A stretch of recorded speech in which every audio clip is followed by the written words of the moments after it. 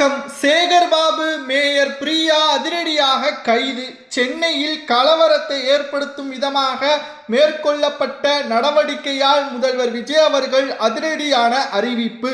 நண்பர்களே, இந்த வீடியோவிற்கு ஒரே ஒரு லைக் மற்றும் சப்ஸ்கிரைப் பண்ணிருங்க. தாவேகாவின் ஆட்சியை எப்படியாவது கலைக்க வேண்டும் என்பதற்காக தாவேகாவிற்கு எதிராக போராட்டத்தை நடத்திய மேயர் பிரியா, முன்னாள் அமைச்சர் சேகர்பாபு கூண்டோடு கைது செய்யப்பட்டுள்ளனர்.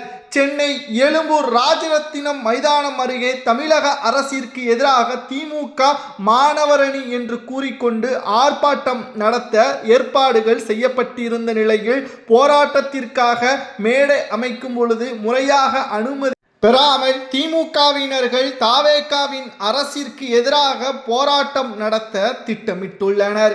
இதனால் காவல் ஆணையாளர் அதிரடியாக கைது நடவடிக்கை மேற்கொண்டார்கள். தாவேகாவின் ஆட்சி அதிகாரம் ஊழல் இல்லாத அரசாங்கம் தொடர்ச்சியாக 40 நாட்கள் நடைபெற்று வருகிறது.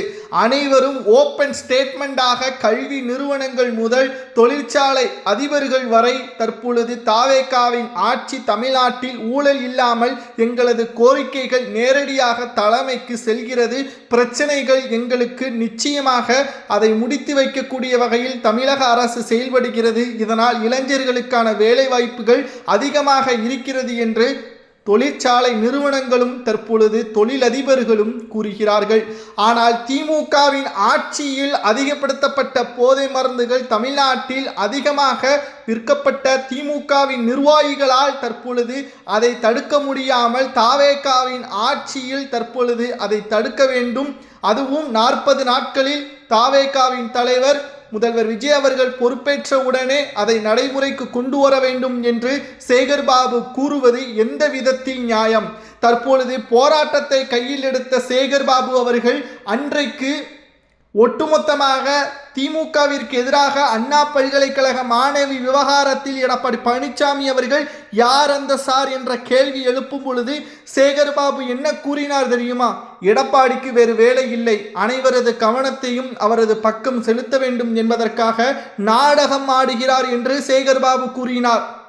ஆனால் இப்பொழுது திமுக ஆட்சி இழந்த பிறகு ஒவ்வொரு மாஜி அமைச்சர்களும் லஞ்ச ஒழிப்புத்துறை அதிகாரிகளாலும் அமலாக்கத்துறை அதிகாரிகளாலும் விசாரணையின் பிடியில் சிக்கக்கூடிய வகையில் முதல்வர் விஜய் அவர்கள் ஆதாரங்கள் அனைத்தையும் சேகரித்து வருவதால் இனியும் தாவேகாவின் ஆட்சி நீடித்தால் நம்முடைய சொத்துக்கள், நம்முடைய பணங்கள் அனைத்தையும் இழக்க நேரிடும் என்ற காரணத்தினால் தற்பொழுது தாவேகாவின் அரசிற்கு எதிராக மக்களை திசை திருப்புவதற்கு இந்த போராட்டத்தை கையில் எடுத்துள்ளது திராவிட முன்னேற்ற கழகம். இன்று முதல்வர் விஜய் அவர்களது தலைமையில் IAS IPS மாநாடு சென்னை தலைமை அலுவலகத்தில் 2 நாட்கள் நடைபெறப் போகிறது. இன்று முதல் நாள்.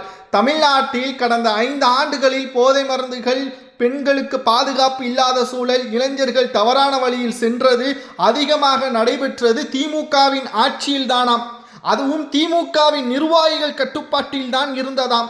ஒவ்வொரு IPS அதிகாரிகளும் சொன்ன ஆதாரங்களின் அடிப்படையில் வைத்து பார்க்கும் பொழுது தனிப்பட்ட சென்னையில் மட்டுமே வருடம் 40 கோடி வர அளவிற்கு கமிஷன் மட்டுமே ஒவ்வொரு மாஜி அமைச்சர்களுக்கும் சென்றுள்ளதாம்.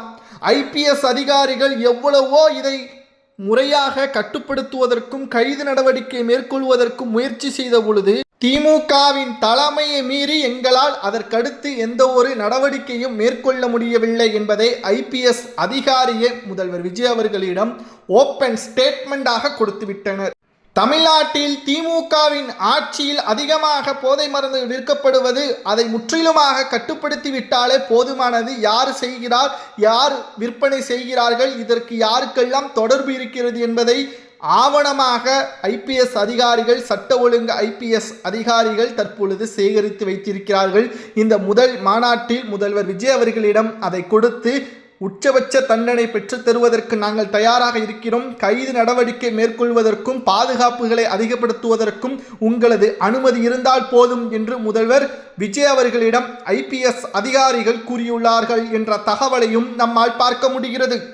திராவிட முன்னேற்ற கழகத்தின் செயல்பாடுகள் தற்பொழுது முற்றிலுமாக மக்களுக்கு எதிராக திரும்பிவிட்டது. திமுகவின் ஆட்சியில்தான் இளைஞர்களுக்கும் பெண்களுக்கும் வயதானவர்களுக்கும் பாதிப்பை ஏற்படுத்தும் வகையில் திமுகவின் அந்த கமிஷனால் தான் தற்பொழுது தமிழ்நாட்டின் மிகப்பெரிய அளவில் தவறான செயல்பாடுகள் அதிகமாக நடப்பதற்கு திமுகவின் அந்த செயல்பாடுகள் தான் முக்கியமான காரணம் என்ற தகவலையும் சேகரித்திருக்கிறார்கள்.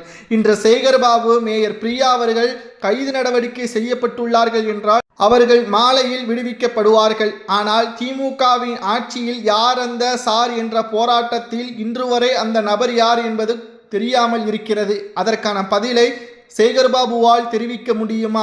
திமுகவின் ஆட்சியில் குழந்தைகளுக்கு ஏற்பட்ட மிகவும் மோசமான நடவடிக்கைகள், தமிழ்நாட்டில் திமுகவின் ஆட்சியில் பல முறைகேடான செயல்கள், ஜாபர் சாதிக் உள்ளிட்ட பல்வேறு நபர்கள் தற்பொழுது விளக்கத்தை சேகர்பாபுவால் கூறிவிட்டு இந்த போராட்டத்தை நடத்தினால் தமிழக மக்கள் அனைவருமே சேகர்பாபுவிற்கு பின்னாலும் திமுகவிற்கு பின்னாலும் செயல்படுவார்கள். ஆனால் கடந்த 5 ஆண்டுகளில் செய்த அனைத்து தவறுகளுக்கும் திமுகவின் மட்டும்தான், வேறு யாரும் கிடையாது. ஒருதலை பட்சமாகவும் நாம் பேசவில்லை. நாங்கள் இந்த ஆய்வு அறிக்கையை நாங்கள் மேற்கொள்ளும் பொழுது கிட்டத்தட்ட திமுக ஆட்சியில் மட்டுமே 4500 கோடி கமிஷன்களாக போதை மருந்துகள் விற்பதற்கு திமுக பெற்றுள்ளது. இது தமிழ்நாடு மட்டுமல்ல, கேரளா, ஆந்திரா, தெலுங்கானா போன்ற மாநிலங்களுக்கும் வெளிநாடுகளில் இதை விற்பனை செய்வதற்கு இவர்கள் எடுத்துக்கொண்ட நடவடிக்கை எப்படி தெரியுமா? தேங்காய் பவுடர்களாக இதை மாற்றுவதை இவர்கள் அதில் வைத்து வெளிநாடுகளில் விற்றுள்ளார்கள். அதில்தான் கிட்டத்தட்ட ஜாபர் சாதிக் அவர்கள் சிக்கியுள்ளார் குஜராத்தில். தற்பொழுது அவர் வாக்குமூலத்தை பெறுவதற்கு தனி குழு அமைத்து மத்திய அரசு விசாரணையும் கிட்டத்தட்ட 2.5 ஆண்டுகள் நடத்தி வருகிறார்கள். அதில் அவர் உண்மையை கூறிவிட்டால் துரைமுருகனில் இருந்து உதயநிதி வரைக்கும் அனைவரும் கூண்டோடு கைது செய்யப்படுவார்கள். நாம் இந்த வீடியோவை பேசுவதற்கு முழுமையான ஆதாரங்களை சேகரிக்கும் பொழுது சில முக்கியமான தகவல்களும் கிடைக்கப்பெற்றது. அதில் சேகர்பாபுவின் மகளே தன்னுடைய தந்தை தன்னை சித்திரவதை செய்வதாக புகார் ஒன்றையும் கொடுத்துள்ளார். அவருக்கு எதிராக நான் திருமணம் செய்து கொண்டேன், காதலித்து, ஆனால் அவர் மறுத்துவிட்டார். தற்பொழுது என்னை மிரட்டுவதாகவும் சொந்த மகள் என்று கூட பார்க்காமல் தன்னை ஒட்டுமொத்தமாக புறக்கணிப்பதாகவும் அவரது மகள் தெரிவித்துள்ளார். இப்பேற்பட்ட நபரா தமிழக மக்களுக்கு பாதுகாப்பை உறுதி செய்வார்? சேகர்பாபு அவர்களுக்கு தேவை அதிகாரம், பணம். அதிமுகவில் இருந்து பதவி இல்லாத நேரத்தில் திமுகவிற்கு வந்தார். தற்பொழுது திமுகவில் அதிகாரம் அனைத்தும் இழந்த பிறகு பாஜகவிற்கோ தாவைக்காவிற்கோ செல்வதற்கான வாய்ப்புகளும் அதிகமாகவே இருக்கிறது. ஏனென்றால் திமுகவிற்கு அதிகாரம் இல்லை என்றால் பரவாயில்லை, ஆனால் எந்த ஒரு வழக்கிலும் சிக்கிவிடக்கூடாது. தற்பொழுது சிக்கக்கூடிய வகையில் தாவேக்காவின் அரசு செயல்படுவதால் எப்படியாவது ஆட்சியை கவிழ்ப்பதற்கு போராட்டத்தை நடத்தி வருகிறார்கள். சேகர்பாபு, மேயர் பிரியா அவர்களது கைது நடவடிக்கை சரியா என்பதை கமெண்ட் வாயிலாக கூறுங்கள்.